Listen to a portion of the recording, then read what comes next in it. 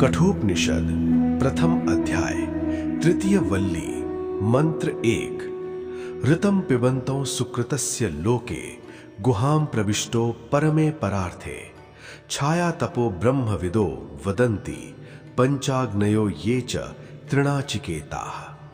शुभ कर्मों के फल स्वरूप प्राप्त इस मनुष्य शरीर में पर ब्रह्म के परम निवास स्थान अर्थात हृदय रूपी बुद्धि की गूढ़ गुफा में प्रवेश किए हुए दो तत्व विद्यमान हैं।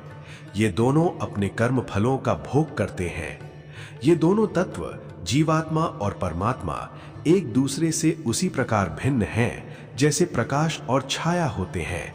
ऐसा हमारा ही नहीं बल्कि ब्रह्म को जानने वाले श्रेष्ठ ज्ञानी महापुरुषों, पंचाग्नि विद्या से संपन्न पुरुषों और तृणाचिकेता उपासकों का भी यही कहना है। इस संसार में शुभ एवं पुण्यात्मक कर्मों के निश्चित फलों का उपभोग करने वाले दो तत्व एक ही स्थान पर निवास करते हैं। ये दोनों तत्व, एक जीवात्मा और दूसरा परमात्मा, सभी से परे बुद्धि रूपी सूक्ष्म गुफा में प्रवेश करके रहते हैं। धूप और छाया की तरह इन दोनों का स्वभाव एक दूसरे से सर्वथा विपरीत है। ये बात ब्रह्म को जानने वाले ज्ञानी, पंचाग्नि के उपासक और तृणाचिकेता अग्नि की उपासना करने वाले महापुरुष एक स्वर में कहते हैं। एक ही शरीर के भीतर परस्पर विरोधी स्वभाव वाले जीवात्मा और परमात्मा का रहना तथा पुण्यात्मक कर्मों का उपभोग करना एक मांगलिक भाषा शैली है, क्योंकि वास्तव में जीवात्मा अपने पाप कर्मों के फलों को भी भोगता है। जीव तत्व और शिव तत्व एक साथ बसते हैं, इस विषय में ब्रह्मवेत्ताओं को कोई संदेह नहीं है, क्योंकि उन्हें इसका प्रत्यक्ष अनुभव है। पंचाग्नि के उपासकों को ये सत्य दिखाई देता है और तृणाचिकेता अग्नि के उपासक इसे भली भांति समझ सकते हैं। अध्यात्म के मार्ग पर चलने वालों के लिए ये तीनों मत अत्यंत महान माने गए हैं। जब अलग अलग विचार और साधना पद्धति वाले ये तीन प्रकार के पुरुष एक ही बात कहते हैं तो उस बात का विशेष महत्व और गहरा अर्थ होता है। ब्रह्मविद, जो ब्रह्म को जानने वाले हैं और उसका प्रत्यक्ष अनुभव प्राप्त कर चुके हैं। पंचाग्नि के उपासक, ये मुख्य रूप से कर्म प्रधान लोग होते हैं जो पंच महायज्ञों की उपासना करते हैं। तृणाचिकेता अग्नि के उपासक, ये तेज प्रधान मनुष्य होते हैं जिनका आत्मिक और वैचारिक जीवन पूरी तरह विकसित हो चुका है। पंच महायज्ञ का अर्थ है 5 प्रकार के विशेष यज्ञ। प्रत्येक मनुष्य को अपने जीवन में इन 5 यज्ञों का पूर्ण रूप से पालन करना चाहिए। ये 5 यज्ञ इस प्रकार हैं: ब्रह्म यज्ञ, देव यज्ञ, पितृयज्ञ, भूत यज्ञ और मनुष्य यज्ञ। ये 5 यज्ञ जीवन में एक साथ समाहित होने चाहिए। मनु महाराज का तो यहाँ तक कहना है कि जिन लोगों के मन में इन पंच महायज्ञों के प्रति कोई आदर नहीं है और जो इनका अनुष्ठान नहीं करते, उनके घर का पानी भी नहीं पीना चाहिए। ब्रह्म का अर्थ वेद से है। वेदों का अध्ययन और उनका नियमित स्वाध्याय करना ही ब्रह्म यज्ञ कहलाता है। भारतीय संस्कृति की ये दृढ़ निष्ठा है कि वेदों का स्वाध्याय ही मनुष्य के जीवन को सही और व्यापक दृष्टिकोण देता है। ये निष्ठा किसी अंधश्रद्धा पर नहीं बल्कि ऋषियों के प्रामाणिक अनुभवों और भावपूर्ण जीवन पर आधारित एक ठोस विचार है। वेदों की विचारधारा मानव जीवन को विकसित करती है और उसे जीने का एक अनूठा नजरिया देती है। वैदिक सिद्धांतों का पालन करने से मनुष्य का ये लोक अर्थात वर्तमान जीवन और परलोक दोनों सुखी हो सकते हैं। इसलिए वेदों के प्रति अटूट निष्ठा होनी चाहिए। आज के समय में भक्ति के पीछे वैदिक ज्ञान का आधार न होने के कारण ही भक्ति अत्यंत कमजोर, प्रभावहीन और रोतलू जैसी हो गई है। यदि ऐसी कमजोर भक्ति से आत्मज्ञान मिलता हो तो ऐसा ज्ञान न मिले तो ही बेहतर है। इसके विपरीत वेद मनुष्य को शुरुआत से ही आत्मनिर्भर और दृढ़ता से खड़े रहना सिखाते हैं। वेद मनुष्य को कर्म के विचार में अडिग रखते हैं, भक्ति के मार्ग पर सुदृढ़ करते हैं और ईश्वर तक पहुंचकर उनमें लीन हो जाने का सच्चा मार्ग दिखाते हैं। यही कारण है कि वैदिक भक्ति, वैदिक कर्म, वैदिक नीति और वैदिक धारणा की महिमा सबसे अलग और श्रेष्ठ है। ब्रह्म यज्ञ का पहला चरण वेदाध्ययन है। वेदाध्ययन का अर्थ केवल वेदों को रटना नहीं है, क्योंकि मात्र 5-10 पंक्तियां या 50-100 ऋचाएं रटकर तो हम आज भी कर्मकांड करा ही लेते हैं। ब्रह्म यज्ञ में केवल इतनी ही बात नहीं है, बल्कि इसमें पूर्ण रूप से वेदों का अध्ययन और वेदों के प्रति अटूट निष्ठा, ये दोनों बातें अपेक्षित हैं। परंतु केवल वेदों का अध्ययन कर लेने मात्र से ही कर्तव्य पूरा नहीं हो जाता। इसके बाद मनुष्य को देव यज्ञ भी करना चाहिए। सत्कर्मों और परोपकार के लिए अपनी शक्तियों की आहुति देना या स्वाहा करना ही देव यज्ञ कहलाता है। मनुष्य को अपनी क्षमता और शक्ति का उपयोग अच्छे कार्यों के लिए करना चाहिए। जो लोग केवल वेदों के ज्ञाता होते हैं और बस वेदों की चर्चा करते रहते हैं, वे समाज के किस काम के? वेदों के सिद्धांतों के अनुसार जो लोग सत्कर्मों के लिए अपनी शक्ति और सामर्थ्य को समर्पित करते हैं, वे ही वास्तव में देव यज्ञ करने वाले कहलाते हैं। पितृयज्ञ का वास्तविक अर्थ है अपनी महान परंपराओं को याद रखना और उन्हें आगे बढ़ाना।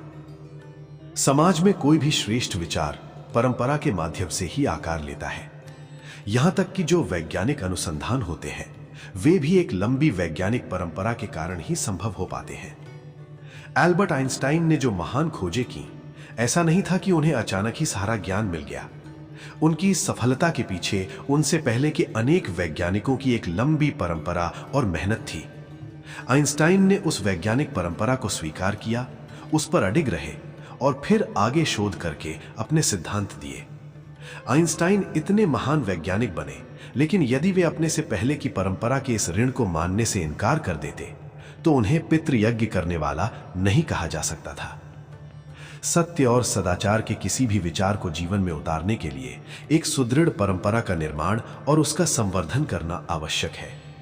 यदि कोई ये सोचे कि हम इस संसार में कल ही आए हैं, अपनी एक अलग पहचान बनाई और हमें अचानक सारा ज्ञान मिल गया, तो ये सोच पितृयज्ञ के विरुद्ध है।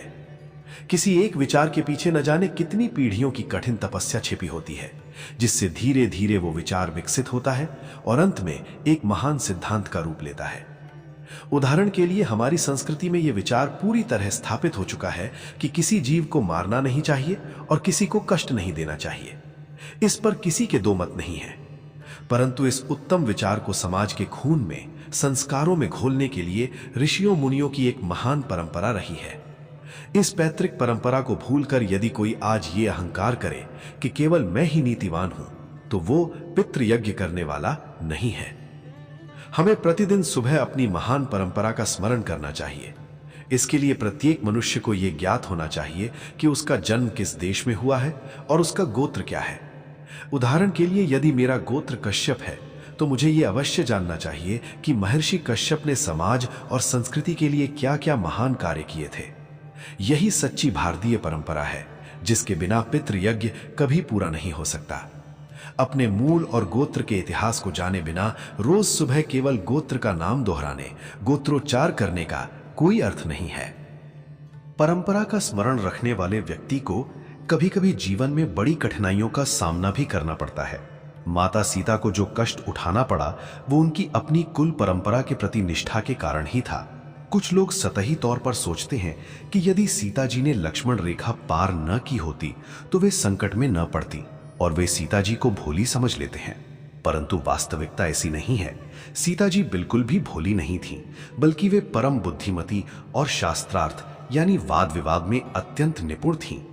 लक्ष्मण रेखा पार करते समय उनके मन में केवल एक ही विचार आया कि मैं किस कुल की बहू हूं। मैं उस महान राजा रघु के वंश की कुलवधू हूं, जिनके द्वार पर जब कौत्स आए और खाली हाथ लौटने लगे, तब महाराज रघु ने कहा था, गुर्वर्थम अर्थी श्रुत पार दृश्वा रघो सकाशाद अनवाप्य कामम गतो वदान्यांतरम मित्ययम में मां भूत परिवादान वावतारह। गुरु दक्षिणा जैसे श्रेष्ठ कार्य के लिए आया हुआ तुम्हारे जैसा महान याचक मेरे द्वार से खाली हाथ लौट गया और उसे किसी अन्य दानी के पास जाना पड़ा, ऐसा अपयश का कलंक मेरे कुल पर कभी नहीं लगा। मेरे रहते ऐसा कलंक कैसे लग सकता है? सीता जी ने विचार किया कि मैं उस रघुकुल की पुत्रवधू हूं जिसके राजाओं की ऐसी गौरवशाली सोच थी। तो क्या आज मेरे द्वार पर आया हुआ एक ब्राह्मण खाली हाथ लौट जाए? क्या मैं केवल अपने प्राणों की रक्षा के लिए उसे विमुख कर दूं? जो होना होगा सो होगा, परंतु मेरे जीते जी मेरे ससुराल के कुल पर कोई कलंक नहीं लगना चाहिए। यही उच्च विचार रखकर लक्ष्मण रेखा लांघने वाली सीता जी का वो कदम वास्तव में पितृयज्ञ था। इसी निष्ठामयी भक्ति के कारण स्वयं भगवान उनके पीछे खड़े रहे। सांसारिक दृष्टि से भले ही ये एक जोखिम भरा कदम या पागलपन लगे, परंतु उस त्याग के पीछे कुल के प्रति अटूट निष्ठा थी। इसे ही पितृ परंपरा कहते हैं। आज के समय में स्थिति ये है कि लोग अपने माता पिता तक को ठीक से याद नहीं करते, तो ऐसी स्थिति में इतनी महान वैश्विक और सांस्कृतिक परंपराओं को याद रखना तो बहुत दूर की बात है। उदाहरण के रूप में समाज में कई फोगट लाल मिल जाएंगे जिन्हें अपने पिता की पुण्यतिथि तक याद नहीं रहती। जब पंडित जी आकर कहते हैं कि बुधवार को आपके पूज्य पिताजी की तिथि है, तब वे बेहद सहजता से कहते हैं, अच्छा ऐसा है क्या? ठीक है, आप आकर सीधा ले जाना। यहां पंडित जी को उनके पिता की तिथि याद रखनी पड़ती है, क्योंकि उनकी डायरी में दर्ज होता है कि पिछले वर्ष किस तिथि को कहां से दान सामग्री मिली थी। अन्यथा पंडित जी को भी कैसे याद रहता? जिस पिता ने अपने बेटे के सुख के लिए अपने खून पसीने को एक कर दिया, उनके प्रति यदि संतानों का ऐसा उदासीन रवैया रहेगा तो उन्हें पितृ परंपरा कैसे याद रह सकती है? भूत का अर्थ है जीव या प्राणी। संसार के समस्त प्राणियों की सहायता करना ही भूत यज्ञ कहलाता है। उदाहरण के लिए, जब हमारे घर में कोई अच्छा भोजन बनता है और बाहर बैठा कोई कौवा कांव कांव करता है, तो वो ये आशा करता है कि इस गृहस्थ के द्वार से उसे कुछ खाने को अवश्य मिलेगा। इसलिए उस कौवे या अन्य मूक प्राणियों को भी भोजन का एक अंश देना चाहिए, क्योंकि इस सृष्टि के अन्न में उनका भी भाग है। प्राणी मात्र के प्रति दया और सहायता का भाव रखना ही भूत यज्ञ है। मनुष्य यज्ञ का अर्थ किसी मनुष्य की बलि देना या उसे हानि पहुंचाना नहीं है, बल्कि प्रत्येक मनुष्य के प्रति अपने मन में आत्मीयता, अपनेपन का भाव जगाना ही मनुष्य यज्ञ है। इस संसार में मानव रूप में जन्म लेने वाले हर व्यक्ति के प्रति हमारे भीतर प्रेम होना चाहिए। मन में ये पवित्र भाव जागृत होना चाहिए कि वो मेरा अपना है और उसके भीतर भी मेरे प्रभु का ही वास है। जब किसी व्यक्ति के जीवन में मानव मात्र के प्रति आत्मीयता, प्राणियों की सहायता, पितृ परंपरा का स्मरण और संवर्धन, सत्कर्मों के लिए शक्ति का समर्पण तथा वेदों का पूर्ण अध्ययन, ये सभी बातें समाहित हो जाती हैं, तब उसके जीवन में वैदिक सिद्धांतों का वास्तविक अवतरण होता है। इन सभी सद्गुणों को धारण करने वाले महापुरुषों को ही पंचाग्नयः कहा जाता है। इन पांचों गुणों को जीवन में उतारने में न जाने कितना समय लग जाता है। जिनके जीवन में ये पांचों गुण पूर्ण रूप से प्रकट होते हैं, उनका व्यक्तित्व कितना प्रखर और ओजस्वी होता होगा। यही कारण है कि पंचाग्नि विद्या के ऐसे ही परम उपासक और प्रातः स्मरणीय विद्वान मंडन मिश्र के पास आदि शंकराचार्य जैसे महान सन्यासी शास्त्रार्थ और संवाद के लिए गए थे।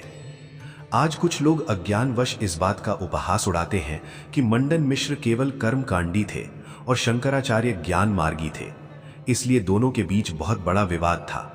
परंतु वास्तव में उन दोनों महान आत्माओं का मिलना एक वैचारिक और आध्यात्मिक आवश्यकता थी।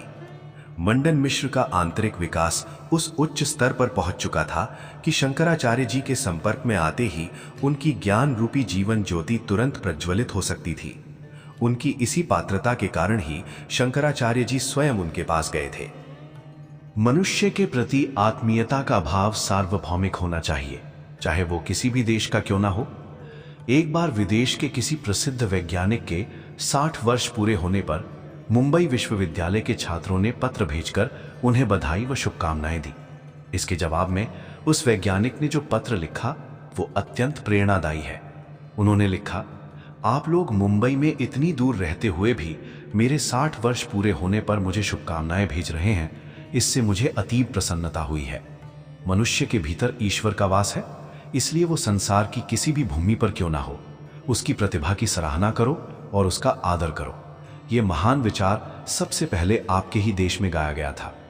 ये सत्य है कि तत्व ज्ञान और विज्ञान कभी भी भौगोलिक सीमाओं को स्वीकार नहीं करते। यदि हमारे भीतर संपूर्ण मानवता के लिए ऐसी ही आत्मीयता का निर्माण होता है, तो समझें कि मनुष्य यज्ञ सिद्ध हो गया। ब्रह्म यज्ञ, देव यज्ञ, पितृयज्ञ, भूत यज्ञ और मनुष्य यज्ञ, इन पंच महायज्ञों को करने का सीधा सा अर्थ है इन महान गुणों को अपने आचरण में उतारना। इसके लिए भक्ति, कर्म और नीति के संबंध में वैदिक सिद्धांतों का गहन अध्ययन होना चाहिए। ईश्वर के कार्यों और जन कल्याण के लिए अपनी शक्तियों की आहुति देने का जज्बा होना चाहिए। पूर्वजों की श्रेष्ठ परंपराओं का पोषण, प्राणियों की सेवा और हर मनुष्य के प्रति आत्मीयता होनी चाहिए। जिन महापुरुषों के जीवन में ये दिव्य गुण रचे बसे होते हैं, वे ही पंचाग्नि के उपासक कहलाते हैं। और ऐसे ही अनुभवी उपासक पूर्ण प्रामाणिकता के साथ कहते हैं कि इस मानव शरीर के भीतर धूप और छाया की तरह दो सर्वथा विपरीत स्वभाव वाले तत्व, जीवात्मा और परमात्मा, एक साथ वास करते हैं। उपनिषद बताते हैं कि जो लोग नाचिकेता अग्नि के उपासक होते हैं, वे आत्मज्ञान के मर्म को भली भांति समझते हैं। त्रिनाचिकेता का अर्थ है जिसने अपने जीवन में ज्ञान, भक्ति और कर्म रूपी 3 अग्नियों को प्रज्वलित किया है और उनका पूरी निष्ठा से पोषण किया है। जिसके जीवन में इन तीनों का त्रिवेणी संगम हो जाता है, उसे ही आत्मज्ञान की प्राप्ति होती है। ज्ञान का वास्तविक परिणाम क्या है? ज्ञान से मनुष्य के भीतर सच्ची समझ विकसित होती है। लेकिन हमें कैसे पता चले कि हमारे भीतर ये समझ आई है या नहीं? इसका एक अचूक पैमाना, कसौटी है। ज्ञान से जीवन में निरपेक्षता आती है। जैसे जैसे हमारे भीतर निरपेक्षता का भाव बढ़ने लगे तो समझ लेना चाहिए कि हम सच्चे ज्ञान के मार्ग पर आगे बढ़ रहे हैं। सच्चा ज्ञान मनुष्य में यह समझ पैदा करता है कि मैं कौन हूं, कहां से आया हूं, मुझे कहां जाना है, इस संसार में मेरे आने का मूल उद्देश्य क्या है, मुझे जिस गंतव्य तक पहुंचना है वहां का मार्ग कौन सा है और मुझे कैसे जाना है। इस चराचर जगत के स्वामी जगदीश यानी ईश्वर के साथ मुझे कैसा संबंध जोड़ना चाहिए और उनके साथ मेरा वास्तविक संबंध क्या है, ये समस्त बोध ज्ञान से ही उत्पन्न होता है। और जैसे जैसे ये समझ गहरी होती जाती है, जीवन में निरपेक्षता स्वतः बढ़ती जाती है। जिस प्रकार ज्ञान की अग्नि होती है, ठीक उसी प्रकार दूसरी अग्नि भक्ति की है। भक्ति के जागृत होने से मनुष्य के अंतःकरण में पवित्र भावों का संचार होने लगता है। जब संपूर्ण विश्व, प्रकृति और सृष्टि के पालनहार विश्वंभर ईश्वर के प्रति हमारे मन में आत्मीयता, अपनापन बढ़ने लगे, तो ये इस बात का स्पष्ट संकेत है कि हमारे भीतर भक्ति की अग्नि प्रज्वलित हो चुकी है। जैसा कि हमने पिछली बार चर्चा की थी, मनुष्य को शम कुंड में स्नान करना चाहिए और उसके बाद इस त्रिनाचिकेता अग्नि की परिक्रमा करनी चाहिए। जिस प्रकार निरपेक्षता के बढ़ने से ज्ञान की प्रामाणिकता सिद्ध होती है, वैसे ही ईश्वर के प्रति आत्मीयता बढ़ने से हमारी भक्ति प्रगाढ़ होती है। यदि कोई ये सोचकर बैठ जाए कि भगवान का काम तो भगवान खुद ही देख लेंगे, मुझे कुछ करने की आवश्यकता नहीं है, तो मानकर चलिए कि अभी भक्ति का उदय नहीं हुआ है। सच्ची भक्ति में तो परमात्मा और उनकी बनाई इस सृष्टि के लिए हृदय में अगाध भाव और आत्मीयता का होना अनिवार्य है। ज्ञान और भक्ति की तरह ही जीवन में कर्म की अग्नि को भी प्रज्वलित करना अत्यंत आवश्यक है। जब कर्म की अग्नि भीतर सुलगती है तो मनुष्य के जीवन में त्याग और समर्पण की भावना बढ़ जाती है। अपने जीवन रूपी पुष्प को श्रेष्ठ कार्यों में समर्पित कर देने में ही जीवन की सार्थकता है। मनुष्य को चाहिए कि वो अपनी जीवन शक्ति को किसी उत्तम कार्य के लिए अर्पित करे, क्योंकि बिना समर्पण के जीवन का आंतरिक विकास कभी नहीं हो सकता। किसी महान ध्येय के लिए खुद को झोंक देने से ही जीवन पूरी तरह खिलता है। यहां कर्म योग का एक विशेष और गहरा अर्थ है। यदि कोई व्यक्ति केवल एक लकड़ी का टुकड़ा लेकर 24 घंटे उसे काटता रहे तो उसे कर्म योग नहीं कहा जा सकता। अन्यथा समाज में कुछ लोग ऐसे भी होते हैं जो कभी खाली बैठ ही नहीं सकते और बिना किसी उद्देश्य के कुछ ना कुछ निरर्थक काम करते रहते हैं। वास्तविक कर्म योग वो है जो निस्वार्थ भाव से समाज और ईश्वर के कल्याण के लिए समर्पित होकर किया जाए। एक बार एक मूर्ख व्यक्ति पेड़ पर चढ़ गया और जिस डाल पर बैठा था उसी को काटने लगा। राह चलते किसी व्यक्ति ने उससे पूछा, ये तुम क्या कर रहे हो? उसने उत्तर दिया, मैंने सुना है कि मनुष्य को पुरुषार्थ करना चाहिए, इसलिए मैं ये पुरुषार्थ कर रहा हूं। यदि कोई इस प्रकार का मूर्खतापूर्ण पुरुषार्थ करेगा तो वो स्वयं अपनी जान गंवा बैठेगा। बिना किसी सोच समझ के बस कुछ न कुछ करते रहने का नाम कर्मयोग नहीं है। कर्मयोग का वास्तविक अर्थ है समर्पण। हमारे कर्मों में समर्पण का भाव होना अत्यंत आवश्यक है। जब जीवन में कर्म की अग्नि प्रज्वलित होती है तो हमारी अर्पण करने की शक्ति बढ़ जाती है। तब मन में यह भाव आता है कि मेरा जो कुछ भी है वो दूसरों के कल्याण के लिए है।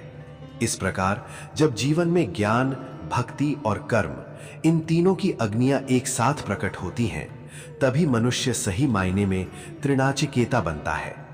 इसके अतिरिक्त 3 अन्य अग्नियां भी बताई गई हैं, माता, पिता और गुरु। कहा जाता है कि जिनके जीवन में इन तीनों के प्रति आदर भाव जागृत होता है, उन्हें आत्मज्ञान मिलता है। शास्त्रों का वचन है, मातृमान पितृमान आचार्यवान पुरुषो वेद, अर्थात माता, पिता और गुरु से सुशिक्षित पुरुष ही सच्चा ज्ञान प्राप्त करता है। इसलिए इन तीनों का पूजन अनिवार्य रूप से होना चाहिए। यहां यह प्रश्न उठता है कि क्या केवल माता पिता की सेवा करने मात्र से ही आत्मज्ञान मिल जाता है?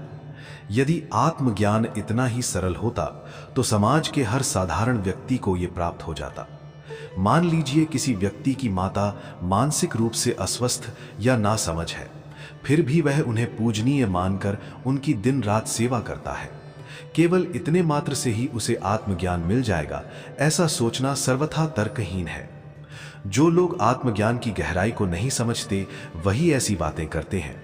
माता की ऐसी निस्वार्थ सेवा करने से मनुष्य को पुण्य अवश्य मिलता है, लेकिन इस सेवा और आत्मज्ञान का सीधा संबंध नहीं है, क्योंकि आत्मज्ञान तो साक्षात परम ज्योति है।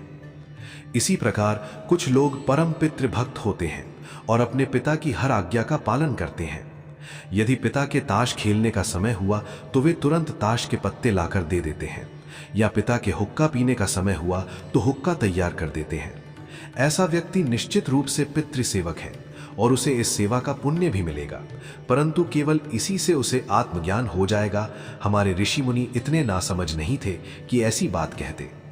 ऋषियों के वचनों के गूढ़ अर्थ को समझना बहुत कठिन है।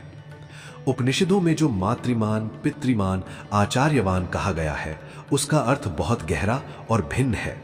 यहां माता, पिता और आचार्य को 3 अग्नियों के रूप में देखा गया है। यदि कोई व्यक्ति अपनी जन्मदात्री माता का रोली चंदन से पूजन करता है तो उसे पुण्य मिलता है। जिस मां ने हमें जन्म देकर इस संसार को दिखाया है, उनके चरणों में शीश झुकाना हमारी कृतज्ञता है। इससे पुण्य तो निश्चित रूप से मिलेगा, परंतु इससे आत्मज्ञान कैसे हो सकता है? इसी तरह पिता के पैर दबाने से हम कृतज्ञ संतान कहलाएंगे और पुण्य के भागी बनेंगे, परंतु आत्मज्ञान एक बिल्कुल अलग अवस्था है। उपनिषदों में माता, पिता और गुरु को प्रतीकात्मक रूप से 3 दिव्य अग्नियों के रूप में समझाया गया है, जिनसे हमें उनके मूल गुणों को ग्रहण करना होता है। माता का अर्थ है अगाध प्रेम और वात्सल्य, पिता का अर्थ है दक्षता और दृढ़ता, गुरु का अर्थ है पवित्रता और ओजस्विता यानी तेज। जब ये तीनों रूपी अग्नियां किसी के जीवन में प्रज्वलित होती हैं तो उसके स्वभाव में असीम प्रेम का संचार होता है, कार्यों में कुशलता व निर्णय में दृढ़ता आती है तथा संपूर्ण जीवन पवित्र और तेजोमय बन जाता है। हमारे जीवन में प्रेम करना एक सहज स्वभाव बन जाना चाहिए। ये प्रेम निष्कारण होना चाहिए, जिसमें बदले में कुछ भी पाने की कोई अपेक्षा या स्वार्थ ना हो। सच्ची भक्ति और प्रेम के विषय में महान विद्वान मधुसूदन सरस्वती जी भक्ति रसायन में समझाते हैं कि जब हृदय पूरी तरह पिघल जाता है, तब उसमें भगवान श्री कृष्ण का स्वरूप सदा के लिए स्थिर हो जाता है। ध्रुते चित्ते प्रविष्टाया गोविंदा कारता स्थिरा। यद्यपि भक्ति रस का यह विषय अत्यंत गहरा और सुंदर है, जिसमें डूबने पर मनुष्य पूरी तरह खो जाता है, इसलिए अभी इसके द्वार पर केवल प्रणाम करके आगे बढ़ते हैं। वास्तव में जिसके भीतर इस प्रकार का निस्वार्थ और गहरा प्रेम विकसित हो जाता है, वही सही मायने में मातृमान कहलाता है। पिता का अर्थ ही है परम दक्षता और अपने निर्णयों पर अडिग रहने वाली दृढ़ता। कुछ लोग अज्ञानवश कह देते हैं कि धर्मराज युधिष्ठिर बहुत भोले भाले थे, परंतु ऐसे लोगों से यही कहना चाहिए कि उन्होंने महाभारत और युधिष्ठिर के चरित्र को ठीक से नहीं पढ़ा है। यदि पढ़ा भी है तो उन्हें दोबारा पढ़ने की आवश्यकता है। जो युद्ध में स्थिर रहे वही युधिष्ठिर है। युधि स्थिरः इति युधिष्ठिरः। युधिष्ठिर ने धर्म के सिद्धांतों का पालन करने की धुन में कुछ भूले अवश्य की, परंतु वे भूले या कमजोर बिल्कुल नहीं थे। जब महाभारत युद्ध का निर्णय लेना था, तब युधिष्ठिर ने 1000 बार विचार किया, लेकिन जब एक बार युद्ध का निर्णय हो गया तो वे अपने कदम से रत्ती भर भी पीछे नहीं हटे, चाहे परिणाम जो भी हो।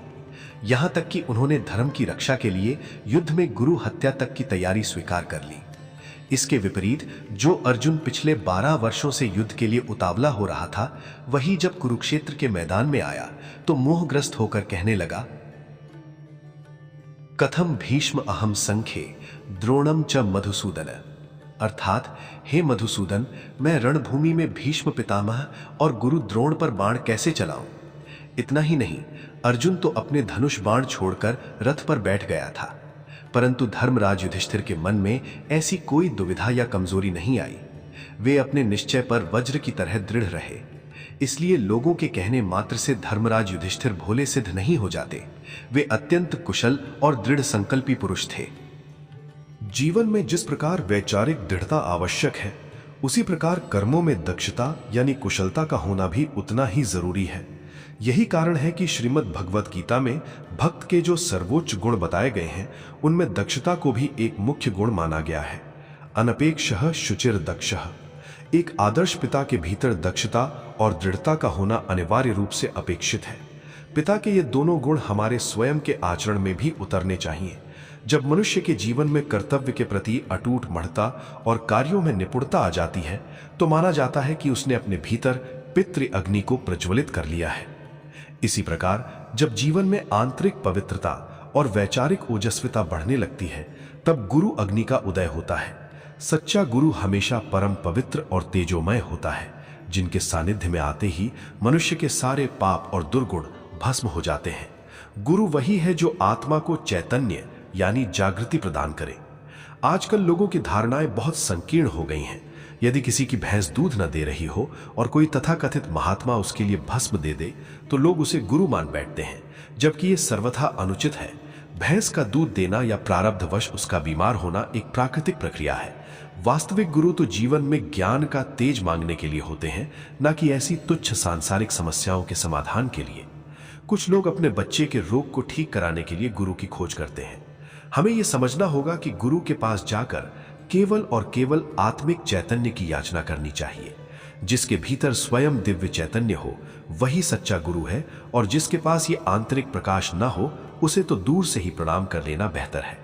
जिस साधक के जीवन में ज्ञान, भक्ति और कर्म रूपी 3 आंतरिक अग्नियों की त्रिवेणी प्रज्वलित हो चुकी है, और साथ ही जिसने माता का निस्वार्थ प्रेम, पिता की दृढ़ता व दक्षता तथा गुरु की पवित्रता व तेज जैसे गुणों को आत्मसात कर लिया है, वही वास्तव में त्रिनाचिकेता अग्नि का सच्चा उपासक कहलाता है। ब्रह्म की साक्षात अनुभूति करने वाले महापुरुष, ब्रह्मवेत्ता, पंचाग्नि के उपासक और त्रिनाचिकेता अग्नि के साधक, ये तीनों वर्ग एक ही सुर में इस महान सत्य की उद्घोषणा करते हैं कि अंधकार और प्रकाश की तरह सर्वथा विपरीत स्वभाव वाले जीवात्मा और परमात्मा दोनों एक ही शरीर के भीतर निवास करते हैं। इस शरीर में जीवात्मा वास करता है और अपने कर्मों के फलों को भोगता है। ये बात तो सभी को आसानी से समझ में आ जाती है और सब इसे मानते भी हैं। परंतु इसी शरीर के भीतर वो परमपिता परमात्मा भी निवास करता है और साक्षी भाव से सब देखता है। ये सत्य सामान्य बुद्धि से समझ पाना अत्यंत कठिन है। गीता में स्वयं भगवान श्री कृष्ण कहते हैं, सर्वस्य चाहम हृदि सन्निविष्टः। हम इस बात को मानते तो हैं, लेकिन उस परम आत्म शक्ति का स्वरूप ऐसा है कि वह अत्यंत शांत भाव से शरीर में स्थित है और स्वयं कोई सांसारिक कर्म नहीं करती। वह हमें कर्म करने की प्रेरणा तो देती है, परंतु स्वयं नहीं दौड़ती। जब हमारी आत्मिक शक्ति क्षीण होने लगती है, तब वह हमें आंतरिक बल प्रदान करती है। ईश्वर का ये विधान और उनकी ये व्यवस्था समझना बेहद गूढ़ है। हमारे भीतर ही वो भगवत तत्व यानी ईश्वर मौजूद है। इस परम सत्य को स्वीकार करना मनुष्य के लिए बहुत कठिन होता है। यही कारण है कि अधिकांश लोग भगवान को केवल आकाश में ही ढूंढते रहते हैं। वे सोचते हैं कि ईश्वर ऊपर आसमान में बैठा कोई शासक है जो वहीं से संसार का संचालन कर रहा है। परंतु इसके विपरीत ब्रह्मवेत्ता, पंचाग्नि के साधक और त्रिनाचिकेता के उपासक पूरे विश्वास के साथ कहते हैं कि वो परमात्मा कहीं दूर नहीं, बल्कि हर पल मेरे साथ, मेरे ही भीतर विद्यमान है। चूंकि अध्यात्म मार्ग के ये तीनों सर्वोच्च अधिकारी पुरुष एक ही मत को प्रमाणित करते हैं, इसलिए इस विचार की प्रामाणिकता और इसका महत्व अत्यंत उच्च हो जाता है।